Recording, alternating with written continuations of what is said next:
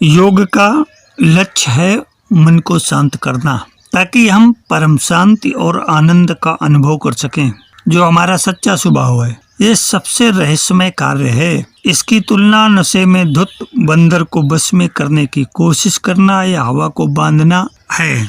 हालांकि मन को सीधे नियंत्रित करना बहुत मुश्किल हो सकता है। अगर हम चाहते हैं कि ऊर्जा को नियंत्रित कर सहायक बनाया जाए, तो हमें अपने लक्ष्य को प्राप्त करने का एक नवीन मार्ग मिल जाएगा। प्राण का नियंत्रण योग विज्ञान प्राणायाम के माध्यम से किया जाता है, जिसमें सांस को नियंत्रित करना शामिल है। हम प्राणों के प्रवाह पर ध्यान केंद्रित करते हैं, क्योंकि प्राण की एक स्थूल और बाहरी अभिव्यक्ति है। इसे नियंत्रित करके हम अपने अंदर के सूक्ष्म प्राण पर नियंत्रण प्राप्त करते हैं। इसके अतिरिक्त हमारे सभी शारीरिक व्यायाम में यौगिक प्रक्रियाएं अद्वितीय हैं। ये अस्वास्थ्यकर या अनैच्छिक हो सकता है। हमारा प्रवेश बिंदु नियंत्रण में है और ये बदले में हमें कथित अनैच्छिक उद्यम को नियंत्रित करने की सुविधा देता है, अर्थात हमारे चंचल प्राणों को नियंत्रित करके मन को नियंत्रित करने का एक मार्ग प्रशस्त करता है। योगियों ने अनुभव किया है कि यदि किसी व्यक्ति प्राण को निर्देशित किया जाना है, तो दिल की दृष्टि और मस्तिष्क के तरंगों को भी बदला जा सकता है या देखा भी जा सकता है। जब हम अपने अंदर प्राण को नियंत्रित करना सीख जाते हैं, तो हम ब्रह्मांडी प्राण पर भी पकड़ हासिल कर लेते हैं। हमारा शरीर ब्रह्मांड का एक छोटा सा हिस्सा है। हमारे शरीर के अंदर प्राण को नियंत्रित करने वाले नियम स्थूल जगत में भी लागू होते हैं। जिस तरह से संपूर्ण महासागर को एक बीकर में रखना असंभव है, तो उस बीकर में महासागर के पानी का छोटी सी मात्रा लेकर के विश्लेषण करते हैं, इस समझ के साथ कि समुद्र में पानी एक ही होगा। इसी तरह हमारी आध्यात्मिक साधना की खुराक में हमारे शरीर ब्रह्मांडी प्राण के छोटे छोटे बीकर की तरह हैं। हम अपने अंदर की ब्रह्मांडी शक्ति के बारे में प्रशिक्षित हैं, और यही वह शक्ति है जो पूरे ब्रह्मांड में अन्य अलग अलग स्थितियों में काम कर रही है। पृथ्वी से जुड़ने के 3 तरीके हैं। प्राणायाम के उद्देश्य से हम इसे नियंत्रित करते हैं। दर्द प्रबंधन, प्राणिक उपचार के लिए हमने इसे कल्पना करके निर्देशित किया है। ध्यान अभ्यास का विशेष रूप से हम निरीक्षण करते हैं। प्राणायाम विज्ञान ऐसी तकनीक प्रदान करता है जो शरीर को ऊर्जा प्रदान कर सकती है, इसे मजबूत बना सकती है, विश्राम दे सकती है और शरीर को गर्म या ठंडा कर सकती है। मन को शांत करने, स्थिर करने, दृढ़ करने, ध्यान केंद्रित करने और ऊपर उठाने के तरीके हैं। नियमित अभ्यास के माध्यम से कुंडलिनी के रूप में जनन वाली आंतरिक आध्यात्मिक ऊर्जा जागृत होती है, जिससे जागरूकता का स्तर प्राप्त होता है। ये सब केवल सांस के साथ काम करना संभव है। प्रतिरक्षा प्रणाली के पुनर्निर्माण के लिए पूरे दिन में 3 भाग गहराई डायफ्रामिक श्वास को शामिल किया जाए, जिसे दीर्घ श्वास के रूप में जाना जाता है। यह सरल तकनीक अन्य सभी श्वास अभ्यासों का आधार है। फेफड़े को पूर्ण क्षमता से भर दिया जाता है और उन्हें पूरी तरह से खाली कर दिया जाता है, जिससे सिस्टम ऑक्सीजन और प्राण से भर जाता है। गहरी सांस लेने से हमारी तंत्रिका प्रणाली सक्रिय होती है, जिससे जहर और अपशिष्टों का निष्कासन बढ़ जाता है। डायफ्राम की गति एक सौम्य मालिश क्रिया भी उत्पन्न करती है, जो हृदय और उदर गुहा में विभिन्न अंगों के कार्य में सुधार करती है। प्रायः प्रतिदिन 30 मिनट के प्राणायाम सत्रों तक धीरे धीरे काम करें, जब तक किसी की स्थिति के कारण ऐसा न हो। एक ऐसा दृश्य जिसमें तीव्र डायफ्रामिक श्वास शामिल है, कपालभाति या भस्त्रिका के 3 से 5 राउंड शामिल हों। उसके बाद 5 से 10 मिनट तक वैकल्पिक श्वास, नाड़ी शोधन प्राणायाम या अनुलोम विलोम प्राणायाम आदर्श होगा। तकनीक का चुनाव इस बात पर निर्भर करता है कि आप अपने अभ्यास में सहज, सरल और उत्सुक हैं कि नहीं। श्वास को नियंत्रित करना भी तनाव को नियंत्रित करने का एक शक्तिशाली साधन है। अलग अलग श्वास और मन अलग अलग। इस प्रकार यह शरीर और मन के बीच की कड़ी है। शारीरिक और मानसिक रूप से जो कुछ भी हो रहा है, वह श्वास के प्रवाह के माध्यम से व्यक्त होता है, और इसका प्रमाण भी सच है। श्वास को नियंत्रित करके हम अपने अंदर जो हो रहा है उसे प्रभावित कर सकते हैं। प्राणायाम करते समय हम छाती से सांस लेने के पैटर्न में चले जाते हैं। गहरी डायफ्रामिक सांस लेने के विपरीत हमारी सांस उबड़ खाबड़, अस्थिर और छाती में ऊपर की ओर उन्मुख होती है। यह पैटर्न फ्लाइट या फाइट मोड का हिस्सा है। इसी समय में यदि हम रुकते हैं तो सांस का निरीक्षण करते हैं और फिर सावधानी के रूप में इसे धीमा, स्थिर और गहरा करते हैं, जैसे कि दीर्घ श्वास में। जब श्वास बाएं नथुने से निकलता है तो मस्तिष्क के हिस्सों में रक्त प्रवाह और विद्युत उत्पादन में वृद्धि होती है, और जब यह दाएं नथुने से निकलता है तो मस्तिष्क के बाएं भाग में एक समान प्रतिक्रिया होती है।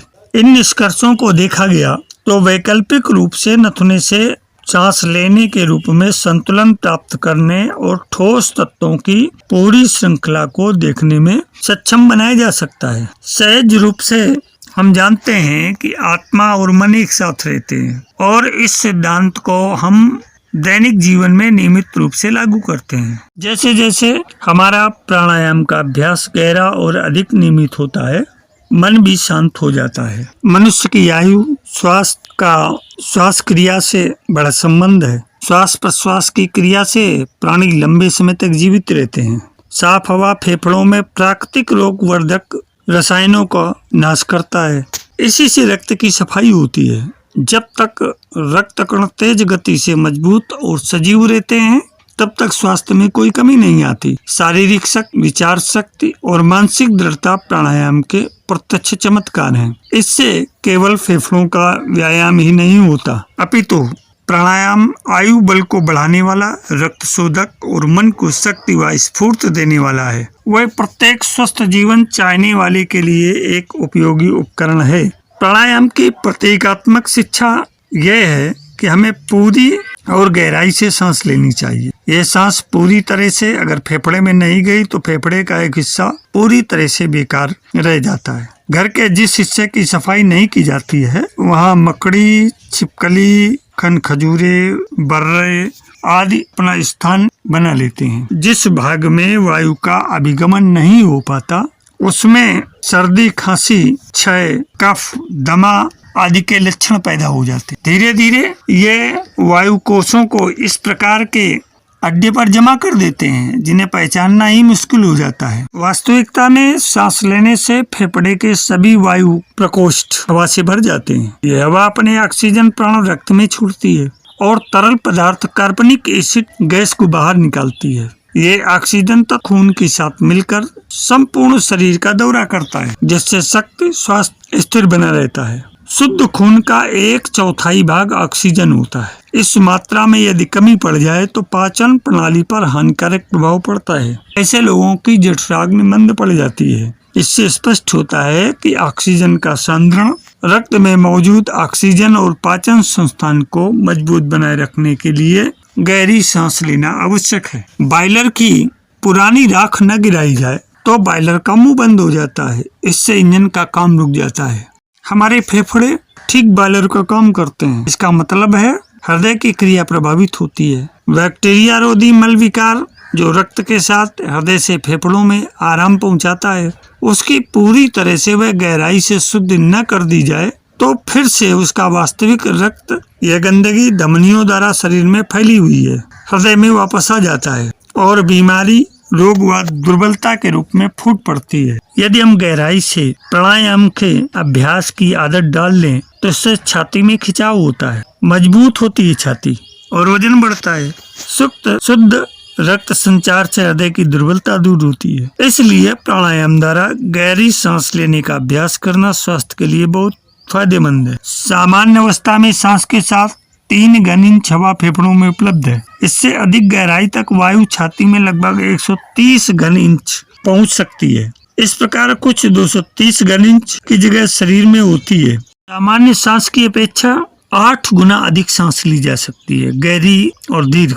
इससे शरीर को 8 गुना अधिक ऑक्सीजन मिलेगा तो स्वास्थ्य भी 8 गुना अधिक सुधरेगा। जो लाभ अधिक से अधिक सांस फेफड़ों में निर्कर्षण से होता है, ऐसा ही एक लाभ फेफड़े को कुछ देर से वायु अवशोषण निकास से भी होता है। दूसरा, अभ्यास नाक से सांस लेना होता है। नाक से सांस लेने से वायु मिले स्थूल गंदगी के कण नाक के छोटे छोटे बालों में रुक जाते हैं। इससे आगे प्लास्टिक तरल पदार्थ का श्रवण होता है। इससे आगे हार्मोन का तरल रूप में निष्कासन होता है, जो अवशेष और कूड़े आदि के टुकड़ों को चिपका लेता है। अब वायु पूरी तरह से स्वच्छ श्वास नली में प्रवेश करती है। यहाँ यदि वायु गर्म थी तो शीतल और अधिक शीतल थी, तो गर्म सामान्य तथा सह ताप में परिवर्तित हो जाता है।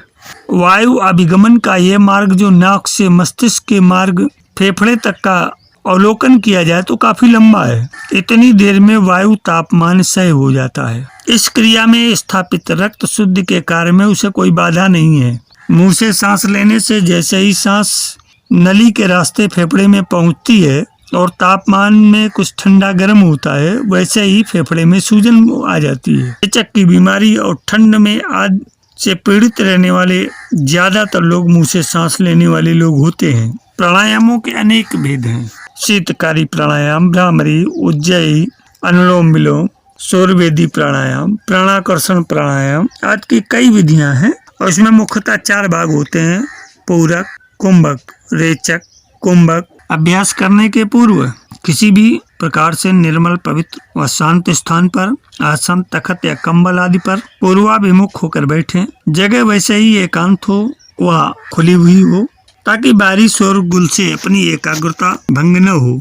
पालथी मार करके पद्मासन पर बैठें, सुखासन पर बैठें, वज्रासन में बैठें, जैसे आपको अच्छा लगे। दाहिने हाथ के अंगूठे से दाहिनी नासिका को बंद करके बाईं नासिका से पूरक करें। अब अनामिका और कनिष्ठिका से बाईं नासिका को बंद करके कुछ देर के लिए कुंभक करें, अर्थात वायु को जो सांस लिए अंदर रोकें। फिर बंद बाईं नासिका को बंद ही रहने दें और दाईं नासिका से धीरे धीरे करके श्वास का रेचन करें, अर्थात बाहर छोड़ें। जब श्वास पूरी तरह से बाहर निकल जाए तो पुनः कुंभक करें। फिर इसी तरह से दाईं नासिका से सांस लें। जब सांस पूरी तरह से ले ली तो दाईं नासिका को अंगूठे से बंद करके बाईं नासिका को खुला छोड़ देंगे। कुछ देर कुंभक करें और कुंभक करने के बाद बाईं नासिका से सांस छोड़ दें और छोड़ने के बाद फिर पुनः कुछ देर के लिए कुंभक करें। इसे आप एक चक्र कह सकते हैं। इस तरह से एक चक्र प्राणायाम किया 10 चक्र तक प्राणायाम करेंगे और धीरे धीरे इसका समय बढ़ाएं। 10 से 15 मिनट, 15 से 20 मिनट, 20 से 25 और 30 मिनट तक इसे ले जाएं। मेरे अध्यात्म प्रेमी जिज्ञासु मित्रों, स्वास्थ्य के साथ साथ प्राणायाम आत्मोन्नति का भी एक महत्वपूर्ण और उपयोगी उपाय है। इससे प्राण साधना के साथ ही चित्त की एकाग्रता, दृढ़ता और मानसिक गुणों का विकास होता है। प्राणायाम से प्राण पर नियंत्रण प्राप्त और शरीरस्थ प्राणों को जागृत करते हैं। इसके स्वास्थ्य पर पड़ने वाले प्रभावों को एक प्रकार से चमत्कार ही माना जाता है। भौतिकी के छात्र जानते हैं कि पृथ्वी से ऊर्जा उत्पन्न होती है। दिया सलाई घिसने से लेकर सामान्य श्वास प्रश्वास क्रिया से जीवनचर्या संचालित होती है। पेंडुलम हिलना बंद हो जाता है तो घड़ी के सारे पुर्जे ठप हो जाते हैं। सांस रुकी तो मृत्यु निश्चित है। पृथ्वी के साथ जीवन जुड़ा हुआ है क्योंकि प्रत्यक्ष ऊर्जा की उत्पत्ति एक ही तरह से होती है। यूं गहराई में जाने पर महत्वपूर्ण शारीरिक, मानसिक या आध्यात्मिक कार्य करने के लिए अधिक उच्च स्तरीय ऊर्जा की आवश्यकता होती है। ये भोजन से, अग्नि से इतना नहीं प्राप्त किया जा सकता। इसका आधार प्राण ही है। प्राण वह तत्व है जो अंतरिक्ष में जीवन और पदार्थ दोनों की शक्ति के रूप में प्रवाहित रहता है। शुद्ध निरा ब्रह्म है। प्रशुद्ध प्रकृति ऊर्जा दोनों ही अपने मूल रूप में पूर्ण है। प्राणी जगत की उत्पत्ति इन दोनों धाराओं को मिलने से ही संभव है। आशा है प्राण तत्व के संयोजन प्राणायाम पर एक समीचीन विवेचन आपके सामने रखा। आपने ध्यान पूर्वक इसको समझा होगा, सुना होगा और हृदयंगम किया होगा। इसको जीवन में भी उतारेंगे, स्वयं लाभ लेकर दूसरों को भी लाभ लेने के लिए प्रेरित करेंगे। जीवन के सतयुग चैनल में आज इतना ही। आपका बहुत बहुत साधुवाद।